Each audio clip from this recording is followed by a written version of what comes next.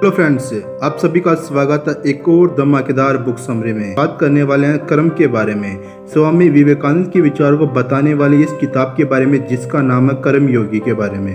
स्वामी विवेकानंद जी का असली नाम नरेंद्र नाथ दत्ता था। उनका जन्म 12 जनवरी 1863 को कोलकाता में एक अमीर और बंगाली परिवार में हुआ था। उन्होंने प्रेसिडेंसी कॉलेज से अपनी पढ़ाई पूरी की थी।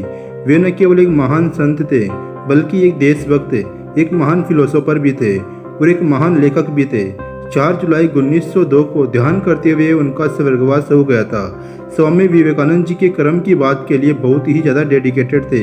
उन्होंने हमेशा किसी भी तरह के काम से निपटने के लिए प्रैक्टिकल होने की ज़रूरत है। बहुत ज़्यादा थ्योरी ने पूरे राष्ट्र को नष्ट कर दिया है। कर्मयोगी में उन्होंने कर्म को मानसिक अनुशासन और ज्ञान बढ़ोतरी के लिए गाइडेंस की तरह प्रस्तुत किया है। भगवत गीता के फैक्ट्स को शॉर्ट में बताते हुए स्वामी जी ने कर्म के सार और जीवन में इसकी इम्पोर्टेंस को डिफाइन किया है। कर्म के बारे में आज हम उस महान ज्ञान पुरुष, महान आत्मा और युवाओं के इंस्पिरेशन के बारे में, विचार के बारे में बात करने जा रहे हैं। तो चलिए शुरुआत करते हैं। हम कौन हैं, उसके लिए हम उत्तरदायी हैं। हम जो भी बनना चाहते हैं वो बनने की शक्ति हम में है। अगर हमारा आज का रूप है हमारे पहले के कामों का परिणाम है, तो निश्चित रूप से ही अपने आज के कामों द्वारा हम अपना आने वाला कल भी बना सकते हैं। इसलिए हमें कर्म करना सीखना चाहिए। दोस्तों, कर्म योग क्या है? कर्म योग को अक्सर कारण और प्रभाव का योग या बोने या काटने का योग कहा जाता है, लेकिन यह वास्तव में काम का योग है। कोई भी काम, कोई भी विचार जिसके करने से कुछ होता है, कर्म कहलाता है। इस तरह कर्म के नियम का मतलब है काम करना या एक्शन लेना, क्योंकि जहाँ कहीं भी एक्शन होता है उससे कुछ ना कुछ जरूर होता है। इस सच्चाई को नकारा नहीं जा सकता और कर्म का यह नियम पूरे यूनिवर्स में सच है। कर्म योग एक मानसिक अनुशासन है जो एक इंसान को ज्ञान के जरिए अपने कामों को पूरा करते हुए लोगों की सेवा करने के लिए कहता है। हम कर्म योग से काम करने का रहस्य, काम करने का तरीका और काम करने की शक्ति के बारे में सीखते हैं। हम इससे सीखते हैं कि इस दुनिया के सभी कामों का सबसे अच्छा इस्तेमाल कैसे किया जाए। कर्म योग हमें बताती है कि संसार के बंधनों से बाहर निकलने का रास्ता खोजने के लिए हमें धीरे धीरे और निश्चित रूप से इसे समझने और अपनाने की ज़रूरत है। स्वामी विवेकानंद जी कहते हैं कि कर्म शब्द संस्कृत से लिया गया है, जिसका मतलब है करने के लिए। सभी क्रिया कर्म है। तकनीकी रूप से इस शब्द का मतलब है कुछ काम करने से है। किसी काम का होना भी होता है, लेकिन कर्म योग में हमें कर्म शब्द से ही मनचाहे रिजल्ट्स लेने होते हैं। इसलिए सभी क्रियाएं कर्म है। सबसे बेसिक कामों जैसे कि दांतों को ब्रश करने से लेकर ध्यान जैसी उच्चतम ऊंचाई वाले कामों तक भी। दोस्तों, कर्म योग का मतलब उन सभी ह्यूमन एक्टिविटीज से है जो फोकस, स्किल और चालाकी से की जाती है और जिंदगी में मुक्ति का रास्ता बिना कुछ मिलने के लालच के और अपने कर्तव्यों का पालन करना। भगवत गीता में श्री कृष्ण अर्जुन और सभी मानव जाति को अपना काम सबसे ईमानदारी से और अपना बेस्ट देते हुए स्किल के साथ करने की सलाह देते हैं, बिना किसी लालच या पुरस्कार की उम्मीद के। तो आइए स्वामी विवेकानंद जी भगवत गीता के इसी कर्म के बारे में, प्रीसियस विचारों के बारे में बात करते हैं। अध्याय नंबर 1, कर्म और चरित्र पर स्वामी जी के विचार। स्वामी जी कहते हैं कि यह मान लेना भूल है कि खुद खुशी ही लक्ष्य है। दुनिया में हमारे जितने भी दुख हैं, उसका कारण यह है कि इंसान नासमझी से खुशी को ही सबसे अच्छी कंडीशन बनाने की कोशिश करता है, लेकिन एक समय के बाद वो पाता है कि यह खुशी नहीं बल्कि ज्ञान है जिसकी तरफ वह जा रहा है और जिससे उसे सच में खुशी मिलती है। और यह है कि सुख और दर्द दोनों महान शिक्षक है और वह बुराई से उतना ही सीखता है जितना कि सच्चाई से। जैसे जैसे सुख और दुख उसकी ज़िंदगी के सामने से गुजरते हैं, वे उस पर अलग अलग छाप छोड़ते चले जाते हैं और इन सारी छापों का रिजल्ट वह होता है जिसे इंसान का चरित्र कहा जाता है। अगर आप किसी भी इंसान के चरित्र को देखते हैं तो वह वास्तव में अलग अलग चीज़ों का जोड़ होता है। उसके दिमाग या सोचने के तरीके का योग है। आप पाएंगे कि उसके चरित्र को बनाने में दुख और खुशी दोनों जरूरी रोल प्ले करते हैं। स्वामी जी कहते हैं कि चरित्र को बनाने में अच्छाई और बुराई का बराबर हिस्सा होता है और कुछ मामलों में दुख खुशी से बड़ा शिक्षक होता है। दुनिया ने जिन लोगों ने महान चरित्र को बनाया है, उनके बारे में जानते समय ज़्यादातर मामलों में यह पाया जाएगा कि यह दुख था जिसने उन्हें खुशी से ज़्यादा सिखाया। यह गरीबी थी जिसने उन्हें पैसों से ज़्यादा सिखाया। अब यहाँ पर फिर यह ज्ञान इंसान के अंदर ही है। कोई ज्ञान बाहर से नहीं आता, यह सब अंदर ही है। जो कुछ भी कोई इंसान इनोवेशन करता है वह पहले से ही मौजूद है। जैसे जैसे हम कहते हैं कि न्यूटन ने ग्रेविटेशन की खोज की थी, तो हमें यहाँ ये सोचने की ज़रूरत है, क्या वह कहीं कोने में बैठा उसका इंतज़ार कर रहा था या यह उनके दिमाग में आया। समय के साथ कर्म करके इसका पता लगा लिया। संसार को अब तक जो भी ज्ञान प्राप्त हुआ है वह सब मन से ही आता है। यूनिवर्स की कभी न खत्म होने वाली लाइब्रेरी आपके दिमाग में ही है। बाहरी दुनिया सिर्फ सुझाव और अवसर है जो आपको अपने मन के बारे में जानने के लिए प्रेरित करती है। लेकिन आपके सीखने का पर्पज हमेशा आपको अपने मन के बारे में ज़्यादा से ज़्यादा जानना होता है, और ऐसा होना भी चाहिए। एक सेब के गिरने से न्यूटन को ग्रेविटी के बारे में आइडिया मिला और उन्होंने अपने मन के बारे में जानना शुरू किया। उन्होंने अपने मन में उससे रिलेटेड चल रहे विचार की सभी पिछली कड़ियों को एक साथ जोड़ना शुरू किया और उनके बीच एक नई कड़ी की खोज की जिसे हम ग्रेविटी का नियम कहते हैं। यहाँ अगर हम सच में देखें तो ग्रेविटी सेब में नहीं थी और ना ही पृथ्वी के किसी केंद्र में, किसी भी चीज़ और किसी भी वस्तु में। वो ज्ञान स्पिरिचुअलिटी और इंसान के मन में थी।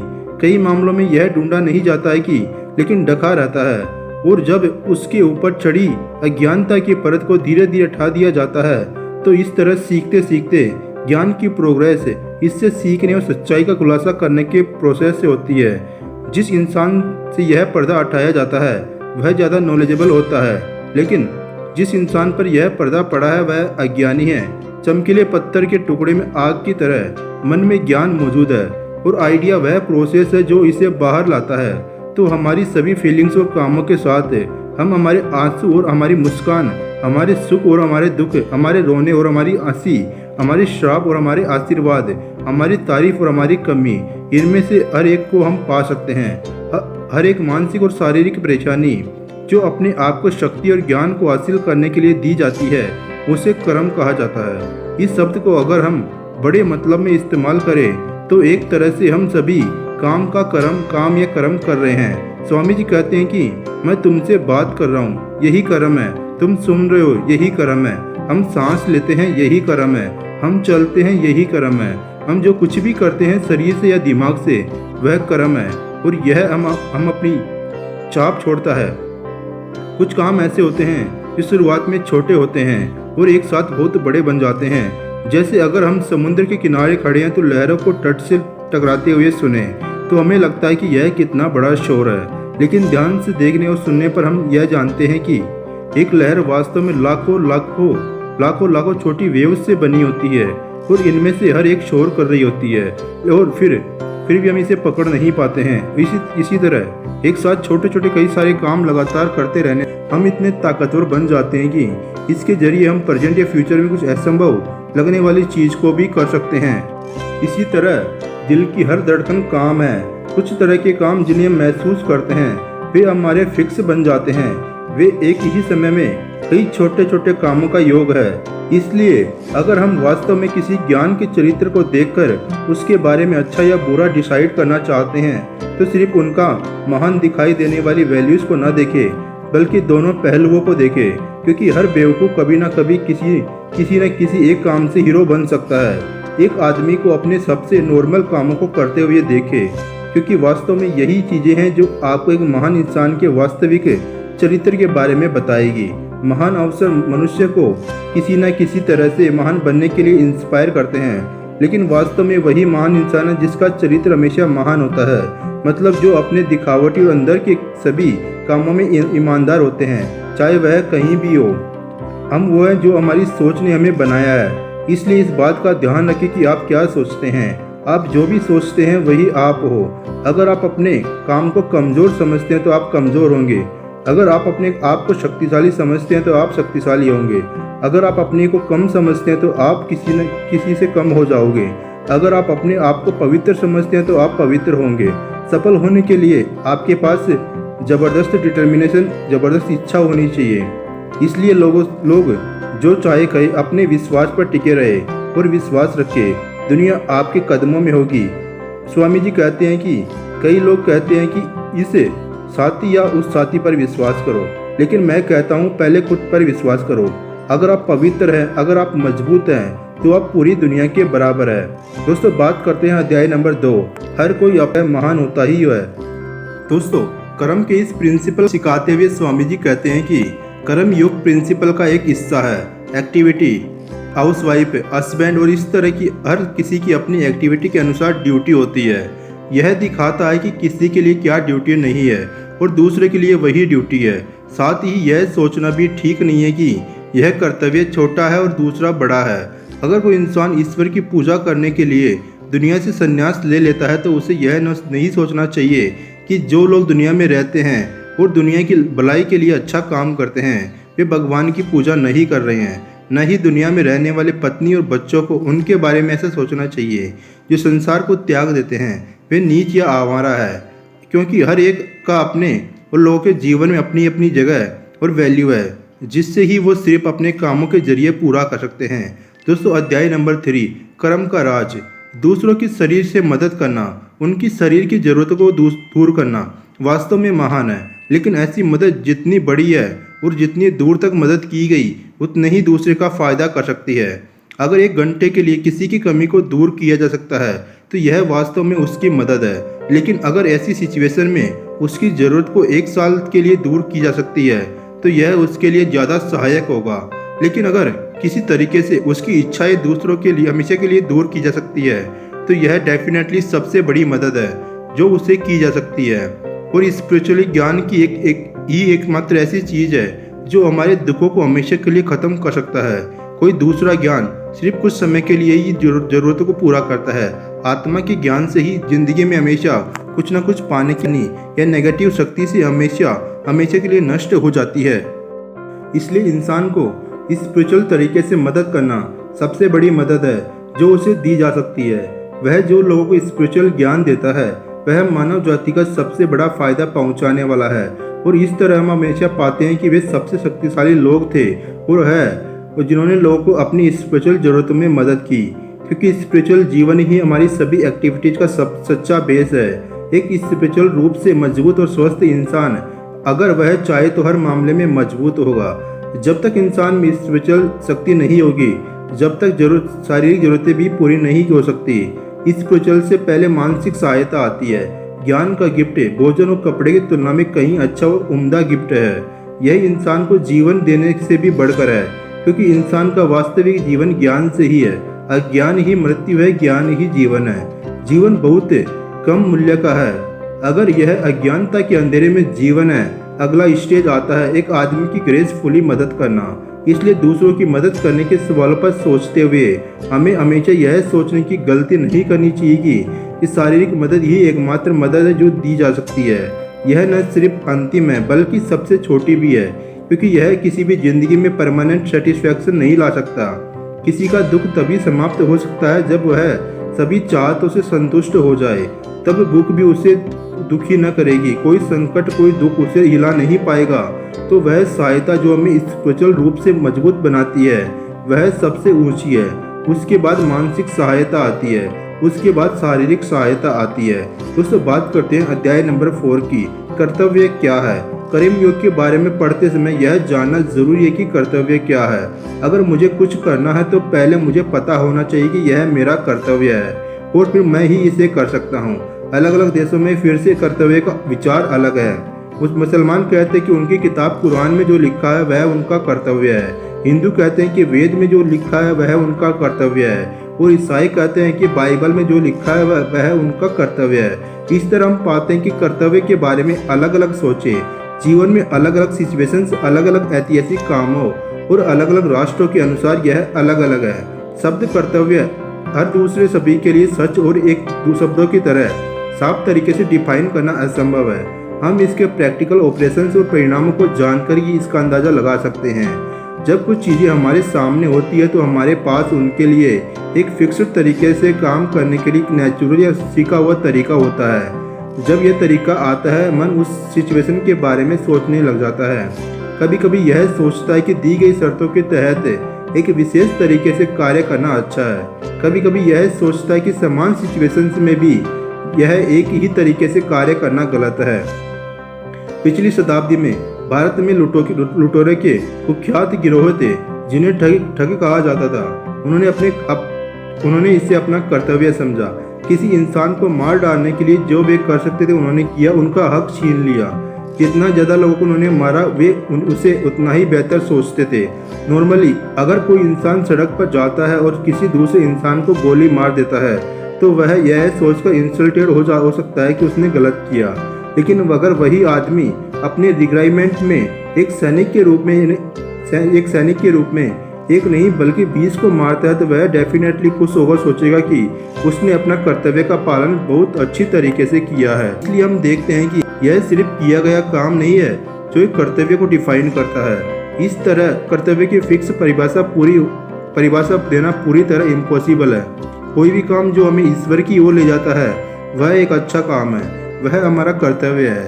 और जो हमें नीचे की ओर ले जाता है वह बुरा है, वह हमारा कर्तव्य नहीं हो सकता कभी भी। दोस्तों, इंडिविजुअल नज़रिए से हम देख सकते हैं कि कुछ कामों में हमें ऊंचा और इज्जतदार बनने की ताकत होती है, जबकि कुछ दूसरे कामों में हमें नीचा दिखाने और हमारे साथ बुरा करने का ट्रेंड होता है। हालांकि कर्तव्य का केवल एक ही विचार है, इसे सभी मानव जाति, सभी युगों, सभी धर्मों और देशों द्वारा सच्चाई की तरह माना है और जिसे संस्कृत में हम इस तरह बताया गया है, किसी भी प्राणी को चोट न पहुँचाना पुण्य है, किसी भी प्राणी को चोट पहुँचाना पाप है। दोस्तों, बात करते हैं अध्याय नंबर 5 की। हम अपनी मदद करते हैं, दुनिया की नहीं। दूसरों के लिए हमारे कर्तव्य का मतलब है दूसरों की मदद करना, दुनिया का भला करना। लेकिन हमें दुनिया का भला क्यों करना चाहिए? जाहिर तौर पर दुनिया की मदद करने के लिए, लेकिन वास्तव में खुद की मदद करने के लिए। हमें हमेशा दुनिया की मदद करने की कोशिश करनी चाहिए, यही हमारा सबसे बड़ा मकसद होना चाहिए। लेकिन अगर हम अपनी अच्छी तरह से सोचें तो हम पाते हैं कि दुनिया को हमारी मदद की बिल्कुल भी ज़रूरत नहीं है। यह दुनिया इसलिए नहीं बनी है कि आप या मैं आकर इसकी मदद करें। हमें अच्छा करना चाहिए क्योंकि अच्छा करने की इच्छा हमारे अंदर सबसे बड़ी प्रेरक शक्ति है। अगर हम हर समय ये जानते कि दूसरों की मदद करना भगवान की तरफ से दिया है, हमें एक सोशल राइट्स है, इसलिए किसी ऊंची जगह पर खड़े होकर 5 रुपये अपने हाथ में लेकर यह मत कहो कि ये लो गरीब आदमी, बल्कि आभारी रहो कि वो गरीब आदमी है ताकि उसे गिफ्ट देकर आप अपनी मदद कर सकें। लेकिन क्योंकि वो लेने वाला नहीं है जो धन्य है, बल्कि देने वाला है। इसलिए आभारी रहे कि आपको दुनिया में लोगों की भलाई करने और दया की शक्ति का इस्तेमाल करने की ताकत और परमिशन दी गई है।